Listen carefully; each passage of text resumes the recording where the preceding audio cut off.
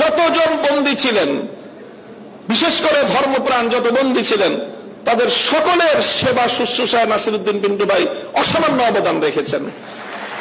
কাজে এইগুলো ছাত্রদলের ইতিহাস, ছাত্রদলের কেন্দ্রীয় নেতাদের ইতিহাস।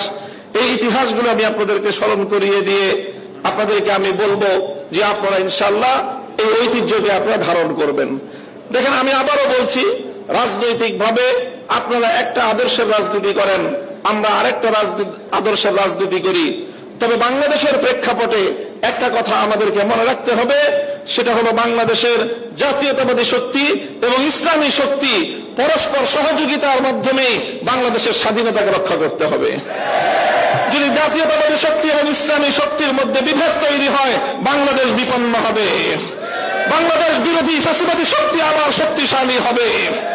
যারা বাংলাদেশ থেকে ইসলামকে মুছে ফেলতে চায়, তারাই বাংলাদেশের স্বাধীনতার শত্রু, তারাই বাংলাদেশের স্বাধীনতার দুশমন।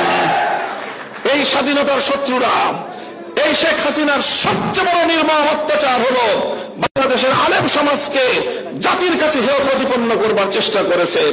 যতজন আলেমকে তারা ফাঁসি কাষ্ঠে ঝুলিয়েছেন, যতজন আলেমকে নির্মম অত্যাচার করেছে, প্রত্যেকজন আলেমের সঙ্গে এমন নির্দয় আচরণ করেছে এবং তাদের চরিত্র হননের এমন জঘন্য আচরণ করেছে।